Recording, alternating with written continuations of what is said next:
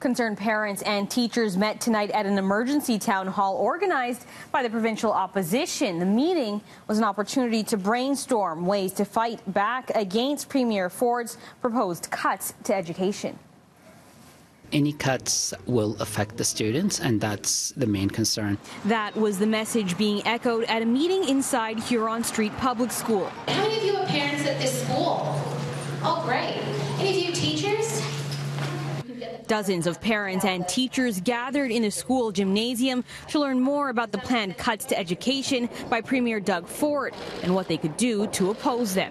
We organised this town hall because we heard from parents that they're deeply concerned about what's at stake with education. For instance, at Lord Lansdowne, we already have classes that are 35 kids big. That is way too big. These class sizes have to stay reasonable so every kid can get the teacher's attention and they get the best chance they can get to have a good education.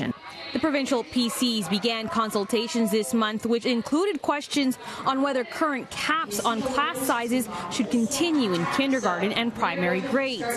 While no decisions have been made yet, it has raised concerns about what classrooms could look like in the near future.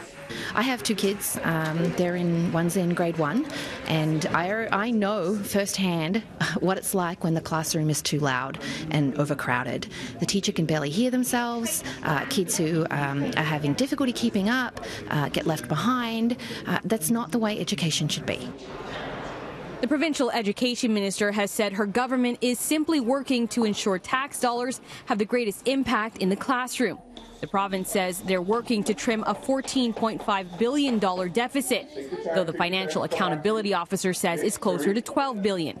Amongst the items on the chopping block, a $25 million fund for specialized school programs. This teacher says she worries about what more cuts could mean to some of the student populations most vulnerable.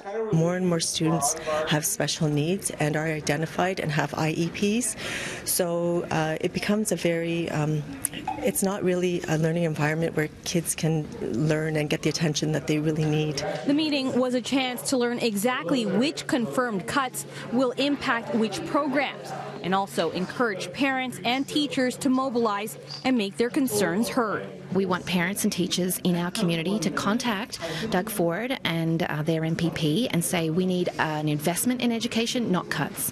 We are also looking at establishing a parents network so parents and teachers can work together to find out what's happening in schools and do what's best to protect our education.